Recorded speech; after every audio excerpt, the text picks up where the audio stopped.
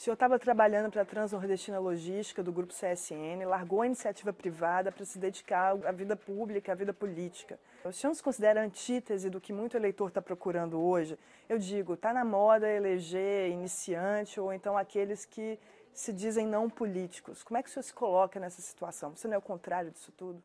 Alguns defeitos, assim chamados meus, da minha vida pública, tipo uma certa franqueza, uma certa aspereza nas palavras, hoje estão sendo vistos como valor, estão sendo vistos como um não hipócrita, e esse é um valor procurado. Mas eu, evidentemente, não aceito entrar nessa onda mentirosa, né, mistificadora de que um político não faz política, ou quem faz política é um não político. Isso tudo é, na verdade, uma leitura de marketing barato, né, para tentar, mais uma vez, só ser idiota e presumir o povo idiota.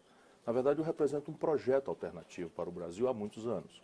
Esse projeto tem se aperfeiçoado, tem se aprofundado, eu tenho um pouco mais de lucidez sobre os pontos nevrálgicos da questão socioeconômica brasileira, e isso faz a diferença, vamos dizer, da minha personalidade no processo de debate no Brasil.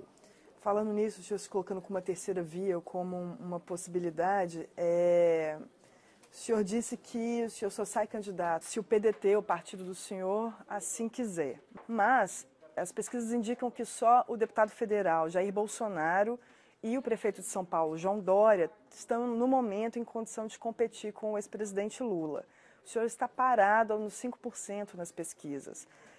Como é que o senhor avalia esses resultados? E eu gostaria também de saber se esse é um motivo razoável para o PDT não lançar o senhor candidato. Como eu digo, eu sei bastante bem com a minha experiência o que é que espera uma pessoa que pensa o que eu penso, que fala o que eu falo, que tem os conflitos que eu tenho ao longo de uma vida de 37 anos de experiência limpa, né? Nunca respondi ao inquérito sequer para ser absolvido, isso é nada mais do que minha obrigação, mas nesses tempos horríveis que o Brasil está vivendo é um adicional de atributos, né, que o país está procurando. E essas pesquisas, para quem tem a vivência que eu tenho, nada representam, absolutamente nada, a não ser um retrato desse momento. E o retrato desse momento é de um povo machucado, 14 milhões e 300 mil desempregados, quase 9 milhões de brasileiros empurrados para o biscate, para a informalidade, para o trabalho na rua sendo reprimido. E a política para essas pessoas é um ruído, quase sempre associado com esse escândalo novelizado de corrupção. E na hora própria, tudo isso vai se alterar profundamente. Não quero dizer que inverta as coisas, mas isso tudo hoje é provisório. Quando que é a hora própria? Quando que a gente pode começar a levar em consideração as pesquisas de fato? No Brasil, quando você começa a colocar na prateleira as alternativas concretas, reais e suas, vamos dizer, personas políticas, seus acompanhamentos e seus signos, né? Então, o que é que representa A, B, C ou D? E você vai ver claramente que isso só vai acontecer lá para julho de 2018. E, nesse caso, evidentemente que as pessoas chegam. Mas se você hoje, por exemplo, fizer uma pesquisa espontânea, em que você não induz o eleitor a repetir o nome mais conhecido ou o nome mais comentado presentemente, você vai ver que está todo mundo ali meio que japonês. Mas aí tem algo que pesa um pouco contra o senhor, que é a rejeição. O senhor também é um dos nomes com maior índice de rejeição. Pesquisa recente coloca o senhor com 56% de rejeição, algumas outras um pouco abaixo. Eu queria saber o que pesa contra o senhor. O senhor é o maior inimigo do senhor? Eu queria saber se o senhor tem que brigar consigo mesmo, se o senhor se considera um adversário do senhor mesmo. Repare, hoje você deveria ler as pesquisas com uma mistura de notoriedade, ou seja, nível de conhecimento, menção espontânea como preferência e rejeição espontânea, que é aquela que conhece e não aceita. Uhum. E, evidentemente, a minha grande rejeição nesse momento é que eu não sou conhecido, eu não estou no elenco de opções das pessoas, apesar de estar na estrada há tantos anos, já ter sido candidato duas vezes. Não tem um recall de 98, de 2002? Não qualitativamente, eu tenho essas informações científicas, né? Uhum. Entendi. Agora, o senhor acha que o desempenho do senhor, a rejeição, por exemplo, pode estar ligado com o fato do senhor já ter passado por 7 partidos? O fato, enfim, do senhor ter a fama de ser destemperado, de ter... Eu devia merecer nessa coisa de ser destemperado, mas eu sou atacado não é pelo que eu falo, eventualmente, de sangue quente, ou porque me zango com alguma coisa, e eu realmente sou uma pessoa indignada. Na verdade, isso é uma coisa que se faz para desqualificar o que eu digo de sangue frio. Eu vivo contando aos brasileiros, com números, aquilo que é a grande perversão do nosso país. o Estado Nacional Brasileiro está montado como um mecanismo de transferência de renda de quem trabalha e produz para quem especula. Só que esses especuladores são as 10 mil famílias abastadas do país que controlam a grande mídia, que controlam o financiamento das campanhas apodrecido como está, que controlam, enfim, as mediações tradicionais do país. Mas o senhor acha que essa posição mais à esquerda do senhor, justamente por defender tudo isso que o senhor acabou de dizer, repercute, soa de uma forma diferente para quem compartilha dessas ideias? Ah, mas sem dúvida. Eu sou considerado um comunista para a direita e sou considerado um direitista para a esquerda. Ou seja, eu estou na posição correta. E o que o senhor é? Como o senhor se define? A minha formação é de um socialismo democrático em permanente revisão, porque no Brasil até os adjetivos esquerda e direita estão malversados. Porque se você olhar, por exemplo, a economia política do PT, dos 13 anos de Lula, Dilma, é uma economia política extremamente conservadora, extremamente, vamos dizer, não digo de direita, porque seria uma coisa também que já exagera, mas extremamente conservadora. Evidentemente com políticas sociais compensatórias de largo alcance, o que não estava suposto no consenso de Washington, no thatcherismo, e que no Brasil tem essa peculiaridade. Mas é uma política social compensatória, aquilo que qualifica basicamente a solidariedade com os mais pobres do PT. Voltando um pouquinho no que o senhor fala, que o senhor é um comunista para a direita, enfim, um conservador, ou enfim, para a esquerda, o senhor acha que o desempenho do senhor, a rejeição, por exemplo, pode estar ligada com o fato do senhor já ter passado por 7 partidos? O senhor pode ser classificado como um político sem identidade partidária? Em absoluto não. Se tem um político que tem uma linha de vida coerente, sou eu. Agora, de novo, como não se pode dizer que eu sou um imoral, né, que eu sou envolvido em corrupção, que eu tenho um escândalo, seja qual for, como não se pode dizer que eu não fui um governante eficiente, eu fui o governador mais popular do país no meu tempo, o melhor aprovado prefeito das capitais do Brasil ao meu tempo, ministro da Fazenda, administrei a economia brasileira, entreguei com inflação zero, praticamente a pleno emprego, com a menor taxa de desemprego da história, com superávit nunca alcançado, nem antes nem depois. De maneira que tem que se inventar um estigma qualquer. Mas lhe falta identidade partidária, por exemplo? A identidade partidária falta a todos os políticos brasileiros, a 100% deles. Se você, por exemplo, Lula olhar... também, por exemplo? Absolutamente. Olha o que o Lula dizia, pensava e o que o PT representava antes do poder e hoje. E veja a enorme distância entre uma coisa e outra. Veja o que o PSDB representava quando nós fundamos o PSDB. Pergunto, qual político, tirante aqueles que não fizeram o seu próprio partido, como o Lula, como fez a sua própria central sindical, né? Qual político brasileiro não mudou de partido nos últimos 20 anos? A maioria deles mudou. Nenhum. Com certeza. Simplesmente a Marina teve 3 partidos em 2 anos. Não é verdade. O Bolsonaro o senhor já passou por 7 é muito. Sim, mas eu tenho 37 anos de vida pública. Vamos dividir 37 por 7. Não é essa a questão, não. A questão é a seguinte, eu fui incoerente alguma vez na vida? Veja uma opinião minha dele dita há 25 anos atrás e veja, compare com a hoje. Falando em incoerência, eu vou tentar pegar esse ponto do senhor. Eu vi uma entrevista do senhor em maio do ano passado. O senhor disse num programa de TV que adoraria ser candidato a presidente, principalmente se fosse com o presidente Lula. Mas recentemente o senhor parece ter mudado de opinião, o senhor tem dito que se o presidente Lula concorrer, ele vai polarizar a disputa de tal forma que o eleitor não vai ver o senhor em nenhum dos lados. O senhor mudou de ideia do ano passado para cá? Por que se que o senhor você reparar, disse... é a mesma. Eu tenho dito sistematicamente, o problema é que os fatos são complexos e eu os olho assim, com a complexidade. Enquanto isso, uma certa imprensa nacional brasileira gosta muito de resumos e explicitações maniqueístas, etc. E às vezes eu pago um pouco por isso, mas não faz mal também, já estou acostumado. A questão básica é o seguinte, eu só dependo de uma circunstância para ser candidato ou não. O PDT, o meu partido, decidir que eu sou. Dito isto, eu quero dizer de novo aquilo que eu sempre disse, eu não gostaria de ser candidato se o Lula for. Por quê? Porque não é propriamente uma homenagem a ele, é porque ele, na hora que for candidato, ele racha o país em bases odientas, rancorosas, violentas, como nós estamos assistindo. Os lulistas e os antilulistas, e o país não tem ambiente para discutir o seu futuro. E eu acho que, desesperadamente, o Brasil precisa de um projeto novo, novas práticas, experimentar novas premissas do jogo político. Desesperadamente nós precisamos disso. Mas, desculpa insistir com o senhor, mas o senhor disse que seria melhor ainda concorrer com o presidente Lula. Então, o senhor mudou de ideia. Às vezes você diz isso no calor de uma emoção e tal, mas eu estou dizendo a você que eu tenho me preparado para ser presidente do Brasil, sem querer, correndo o risco de ser mal compreendido. Eu duvido que alguém tenha treinado mais do que eu, que alguém tenha qualificado mais do que eu, que alguém conheça mais do que eu as alternativas para o país, mas isso é a minha presunção. O povo brasileiro está hoje induzido por essa novela moralista, explosiva, em tempo nobre da televisão, a olhar o mundo pelo filtro do lulismo e antilulismo. E isso acaba com o país. O senhor já foi professor de Direito Constitucional. O senhor acha que há tempo hábil para condenar o ex-presidente Lula em segunda instância Nenhuma chance. e afastá-lo da corrida eleitoral? Nenhuma chance. Nem seria justo que acontecesse. Mas por que o senhor acha que não vai dar tempo? Pelos tempos processuais brasileiros. A senhora veja, em primeira instância, o Lula está acusado em 5 processos e nenhum deles ele foi julgado em primeira instância ainda. Então, não é provável. Sim. Ainda, por exemplo, nesse processo que ele depôs recentemente, ele tem 86 testemunhas para serem ouvidas. Ou seja, demora. Bastante. E como é que o senhor avaliou o depoimento dele? Lula convenceu o juiz? O Lula é um campeão da psicologia popular. E o Moro é um garoto, não duvido de que tenha boa fé, que tenha boa intenção, mas, sabe, esse negócio de aplauso e juventude, aplauso demais e juventude, acaba deformando muitas pessoas. Eu sei bem o que eu estou falando. E o Lula trouxe o Moro para o campo dele, onde ele reina. O Moro seria o rei se fosse um juiz severo, adstrito aos autos, à lei, aos códigos.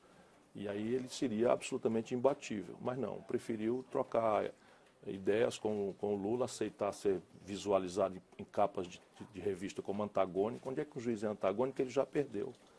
Um réu contra o juiz. Isso já matou o juiz, porque o juiz não pode estar. O juiz ele observa a luta, sentado na cadeira fora. Então o antagônico não pode ser o juiz. Na hora que a própria revista, que a direita brasileira é basicamente imbecil, e faz isso, acabou-se. Mas o senhor acha que tinha como o Moro se afastar disso? Claro, bastava que ele fosse um juiz. Parasse de usar gravatinha borboleta, de circular por aí afora pelos holofotes, confraternizando com réus potenciais aos risos. Isso tudo é deslumbramento. Isso não é juiz. O senhor diz da foto com o Aécio Neves. Por exemplo. Os depoimentos mais recentes da Lava Jato têm colocado Lula e a ex-presidente Dilma no centro das acusações. Por exemplo, a mulher do marqueteiro João Santana já disse que trocava mensagens cifradas com a ex-presidente na época que ela estava ocupando o cargo para avisar de avanços da Operação Lava Jato. O senhor acha que isso muda um pouco a imagem que o senhor tem da presidente Dilma? Não, porque delação premiada é um instituto muito precário e, como tal, definido na lei, e é uma lei muito recentemente copiada dos Estados Unidos por nós brasileiros, aliás, no governo da Dilma. E a delação premiada não vale nada, até determinação concreta de outra prova. Tanto que é explícito na lei que ninguém pode ser condenado tendo por única afirmação, por única razão de condenação, a delação premiada. Só no nosso país, nesse momento fascistóide que nós estamos vivendo, é que um delator, né, parece palavra de lei, parece palavra definitiva e arrebenta com princípios universais. Posso entender que o senhor está dizendo que as pessoas estão sendo forçadas a incriminar? Não estou dizendo isso, estou só dizendo que a prisão provisória no Brasil está sendo abusada. Porque você manter uma pessoa em cárcere sem culpa formada, sem o trânsito em julgado, e oferecer diariamente ou madrugadamente, para usar aqui uma brincadeira, né? Entrar um meganha na cela, acordar você de madrugada e oferecer você ir embora daquela situação se você fizer uma delação. Isso está acontecendo? Está acontecendo nos cárceres de Curitiba. Tem acontecido nos cárceres. Já ouvimos denúncia disso há muitas vezes. O senhor chegou a conversar com o presidente Lula sobre sucessão, sobre Lava Jato, enfim? A última vez que nós encontramos, apesar de eu estar muito entristecido, porque a dona Marisa era também uma amiga pessoal, eu estive no hospital antes dela morrer e depois fui ao enterro. Nas 2 ocasiões o Lula quis falar de política. E eu deixa isso para outra hora e tal. E de Lava Jato também, muito zangado, muito aborrecido, se sentindo perseguido. Bom, em maio do ano passado, o senhor disse num programa de TV que adoraria ser candidato a presidente, principalmente se fosse com o presidente Lula. Mas, recentemente, o senhor parece ter mudado de opinião, o senhor tem dito que se o presidente Lula concorrer, ele vai polarizar a disputa de tal forma que o eleitor não vai ver o senhor em nenhum dos lados. O senhor mudou de ideia? Concordo com a visão dele. Acho que, nesse momento, a candidatura dele desserve ao país e desserve a ele próprio. É evidente, para que amanhã não haja uma contradição no que eu estou dizendo, a eleição você vota no que você quer, mas também naquilo que você nega. Então, eu no primeiro turno serei candidato, se o meu partido quiser, e no segundo turno, se eu não estiver presente, eu vou votar naquele que me parecer vizinho às minhas ideias e convicções, né? O senhor ainda acha que o Lula brincou de Deus e que ele é o grande responsável por tudo? O grande responsável por esse momento político trágico que o Brasil está vivendo é o Lula. Porque ele que botou Michel Temer na linha de sucessão. Ele que empoderou esse lado podre do PMDB, entregando, por exemplo, Furnas e as burras de dinheiro de Furnas para o senhor Eduardo Cunha subornar parlamentares e virar presidente da Câmara. Isso não estou dizendo depois, não. Eu fui dizendo para ele muitas vezes durante o processo todo. Vamos pensar num cenário, senhor presidente. Se eventualmente o senhor se transformar no presidente do Brasil, o senhor já disse que vai empurrar o PMDB para a oposição. O primeiro indício de que meu governo fará história é que o PMDB será, pela primeira vez na história, a oposição. Como é que isso e eu vou pode ser partir para possível? destruir isso. Mas ninguém nunca conseguiu fazer isso. O Lula foi eleito sem o PMDB e teve que trazer o PMDB para a base. Não é verdade, não. Como é que isso é possível? O Itamar Franco governou sem essa escolha. No Brasil, porque o PT e o PSDB impuseram microprojetos de poder. Se você tem um projeto de nação, que você consiga comunicar as bases desse projeto para o conjunto da sociedade, o nível de chantagem que você se obriga a se submeter é muito, muito reduzido. Mas ainda assim, da forma como o modelo brasileiro está estruturado, o presidente é muito dependente do Congresso e quase refém. Não, ótimo que seja. O presidente não deve ser dono da bola, nem dono da verdade e tal. Ele deve negociar com a sociedade, deve negociar com sua representação legítima. O PMDB apenas, na sua maioria, porque tem muita gente boa lá também, na sua maioria representa no simbólico uma escória que hoje é hegemônica na política brasileira. Mas isso inferniza muitos outros partidos. Pois é, e perturba muito quem está ocupando a cadeira. Sim, mas repare bem, isso é porque se deu ao longo dos últimos 20 anos poder a essa gente, poder central. Mas é justamente por isso que eu pergunto, se tem que mudar, eles Fernanda. não conseguiram se livrar... Não conseguiram, não. Eles quiseram subornar políticos para ter tempo de televisão e quiseram amordaçar as possibilidades de CPI. Essas são as duas únicas razões pelas quais se montou essa máquina de podridão no país. Eu queria acreditar no senhor. Fica para a sua geração desafio. É difícil. Mas repare, eu fui governador do Ceará. Fui prefeito. Tinha 5 vereadores em 41 no meu partido. Se você fizer uma negociação correta, no caso brasileiro, as grandes mediações passam pelo Pacto Federativo, pelos governadores de Estado. Você fizer uma negociação ao redor de qualidade de teses, você já na campanha, você deve comover as pessoas a votar em aliados seus. Aliás, é o que tem acontecido no Brasil. Porque senão nós cairíamos na seguinte pergunta irrespondível. Qual foi a reforma que o Fernando Henrique propôs e que este Congresso não deixou passar? Nenhuma. Qual foi a grande reforma que o Lula propôs e que o Congresso brasileiro, este Congresso, não deixou passar? Nenhuma. Falando em personagens de peso e no Congresso, vamos falar um pouquinho do deputado Jair Bolsonaro. O senhor já chamou o deputado Jair Bolsonaro de tosco e franco, mas também o senhor já disse que ele cumpre uma função tática importante porque ele atrai parte daqueles que são anti-Lula ou antipetistas e tirando esse apoio do PSDB. O senhor acha que alguém verbalizar sem pudor posições extremas e extremamente controversas é bom ou ruim? Para o país é bom, claro, porque eu sou um democrata visceral, de raiz. E é fato ou não é fato que aí no Brasil um conjunto de pessoas, rapazes normalmente com grave problema afetivo em casa, e, enfim, com crise de autoridade com o pai ausente, etc, etc. Essas pessoas precisam expressar categorias que inferiorizem os outros para que eles não se sintam tão nada. Eu entendo isso com o meu coração. E o Jair, ele representa isso. Ele fala com franqueza, com certo caráter tosco, né? Essas coisas. né? E ele cumpre um papel, na minha opinião, importante, porque ele aclara, ele tira o véu, né, de cima e basicamente ele dá um pit stop, né, uma parada técnica para esse eleitorado conservador que votava por antipetismo visceral no PSDB e que percebeu que o PSDB é uma grande fraude. Há quem diga que o senhor mede as palavras com relação ao deputado Jair Bolsonaro. Eu vou te explicar por quê. Primeiro, eu penso isso que eu acabei de dizer. Segundo, ele votou em mim na eleição de 2002. O senhor tem medo de bater nele? Tenho medo de quê, mulher? Tenho medo de... eu tenho coragem de mamar em onça. Porque a turma dele Não, a guerra né? entre a turma dele e a minha na internet é uma coisa selvagem. Mas eu não. Tu acha que eu vou me preocupar com isso? Estou preocupado com o Brasil. Mas já o mesmo não acontece com o Dória. Por quê? Porque esse é um farsante perigoso que a certa elite brasileira, desencantada com a podridão do PSDB, vamos dizer, oficial, está embalando um novo Collor. É um farsante perigoso para o país. Por que o senhor acha isso? Por que o senhor acha que é um farsante? Porque ele é um cara que encheu a burra de ganhar dinheiro com lobby. Como é que o cara é milionário, não tem uma roça, não tem um balcão de comércio, nunca produziu uma arruela, um parafuso, e é uma fortuna de jatinho rodando por aí afora? De onde é que veio esse dinheiro? Eu sei. De onde? Lobby, lobby, lobby. Mas lobby do bem, lobby do mal? Não, lobby puro e mal. Lobby de dinheiro público. Dinheiro público dos cofres públicos do PSDB, dos governos controlados pelo PSDB de São Paulo, de Minas Gerais e muitos outros.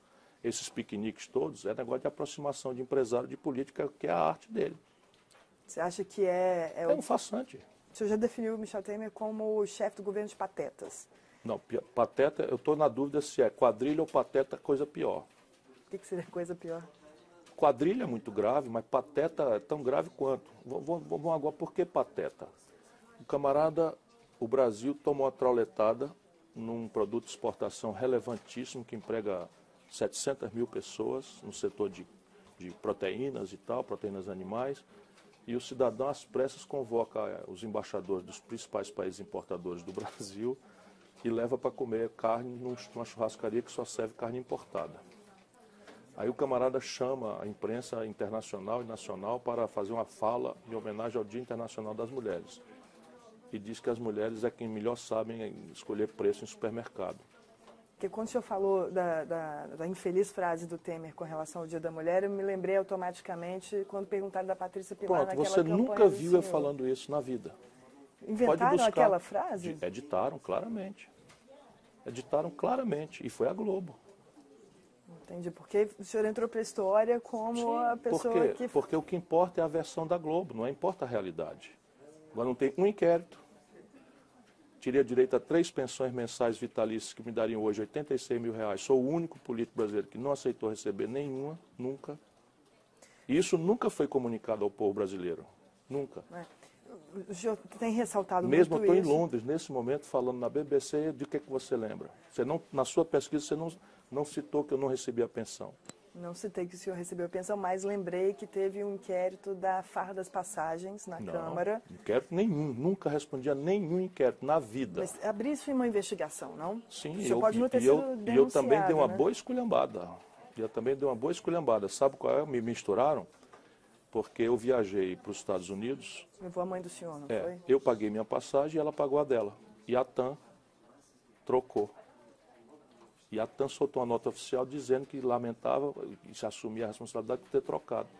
E isto é que é. Mas nunca respondi a inquérito nenhum. E o Ministério Público... Mas veja a sua pesquisa. Você não sabe que eu nunca recebi as pensões, que daria 86 mil reais por mês para mim hoje. E o senhor vive de quê hoje? Eu vivo, faço palestras, sou advogado, tenho um escritório de advocacia, trabalho para uma universidade como consultor. Voltando ao assunto dos inquéritos, o senhor, como secretário de Saúde do governo do Ceará, teve uma denúncia do Ministério Público envolvendo terceirização, né? Sim, o juiz não aceitou, ela morreu, que fim levou? Claro, nunca respondi a um inquérito nenhumzinho, nem sequer para ser absolvido. Agora, o assunto é assim, eu assumi a Secretaria de Saúde do Ceará porque o meu irmão era governador e tinha construído 20 UPAs, estavam sem funcionar, 2 mega hospitais regionais sem funcionar, 150 ambulâncias do SAMU prontas sem funcionar, e ele pediu para botar aquilo em ordem, porque o Ministério Público não deixava e os médicos lá, tudo com medo. E eu fui lá e fiz. Tudo isso passou a funcionar do dia para a noite. E virou denúncia. Aí um babaca lá desses que infernizam a vida brasileira, resolveu fazer isso. Por quê? E daí? Qual é a malversação? Eu criei uma cooperativa de socorristas e botei o SAMU para funcionar em todos os municípios do Ceará. Salvei milhares de vidas. Estou orgulhosíssimo disso até agora. Mas ainda ganhou uma denúncia, né? Denúncia não, mas denúncia arquivada.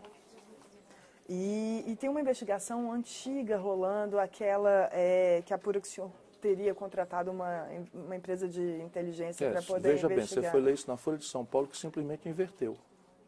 Mas eu sei também que o senhor foi hackeado e foi por isso... Exatamente. Eu que processei. Está aprovada, a perícia foi... História, só para entender. É simples. Lá na paróquia, no meu Ceará, um grupo de canalhas hackeou meu computador e começou a replicar meus e-mails ou falar coisas que tinham como premissa uma informação privada minha do e-mail, que eu não tenho um segredo de nada. Mas acessaram de fato o e-mail? Acessaram de fato. Aí eu peguei e representei na polícia, a polícia fez uma investigação, a polícia técnica fez uma investigação, descobriu todo mundo. Descobriu os IPs, qual era o endereço e tal, e isso está lá rolando o processo. A Folha simplesmente inverte. E a suposta suspeita de que o senhor teria contratado a Kroll Nunca aconteceu comigo, a acusação foi contra meu irmão, não foi comigo. Trocaram Ciro por Cid. Isso é muito comum, às vezes? Não, só comigo. Atribuir coisas ou suspeitas que pesam contra o seu irmão, atribuir ao senhor? Não, o inverso. Não, meu irmão também é limpo. Assim, lá em casa a gente toca de ouvido, de olho fechado. O senhor acha que a Dilma, do ponto de vista econômico, errou ainda mais? Um desastre completo. Indo e voltando. Porque quando deu-se o desfinanciamento desse nível de consumo, eles reagiram como se fosse uma crise semelhante à de 2008, que estava com os preços da commodity lá em cima. E houve uma crise em que o Brasil não teve tanto problema, bastava a gente enfrentar o colapso do crédito internacional com os nossos bancos, o BNDES, o Banco do Brasil, Caixa Econômica e alguma renúncia fiscal, e esse é claramente uma boa resposta. Só que desta feita o problema foi o desfinanciamento estratégico do país, que tem um padrão de consumo que é importado, que apresenta déficits gigantescos e que eram mascarados com o boom de commodities. Quando as commodities caíram, eles foram fazer renúncia fiscal em 2013 e foram arrebentando o país. É inacreditável. Inacreditável. E aí, para resolver o problema, chama o Levi, que é 5º nível, né? Experiência anterior no serviço público, quebrou o Rio de Janeiro, para ser o ministro da Fazenda do Brasil. E aí bota a taxa de juros na maior depressão, dá vontade de rir para não chorar. Na maior depressão econômica da história, a maior taxa de juros da história. Para terminar mesmo agora, o senhor veio para participar de uma mesa com o presidente da Câmara, Rodrigo Maia, e com o ex-ministro Jacques Wagner. Tem verdades a serem ditas, tanto para PT e DEM? Claro, eu não vim para conversar com eles, eu vim para conversar com os estudantes brasileiros e com os acadêmicos britânicos que têm curiosidade sobre o Brasil, e vou dar um depoimento que representa a minha experiência. Por exemplo, eu vou demonstrar claramente a estupidez retórica, a manipulação de valores falsos, né, por essa história de presidencialismo de coalizão que tributam ao Congresso os problemas do Brasil. Os problemas do Brasil são do Executivo. Falta de imaginação, falta de projeto, falta de seriedade, esses são os problemas. E falta de engajar com a sociedade civil? Né? E essa é essencial. Sem a sociedade envolvida, cúmplice, nós não vamos resolver esse conflito distributivo. Eu brinco sempre, toda vez que você olhar um tatu em cima de um toco, pode apostar que alguém botou, porque tatu não sobe em toco. Então tudo que está errado no Brasil não está errado porque tinha um manual de fazer certo. Está errado para atender interesses minoritários, organizados, informados, que constrange a grande mídia e que forma a opinião das pessoas.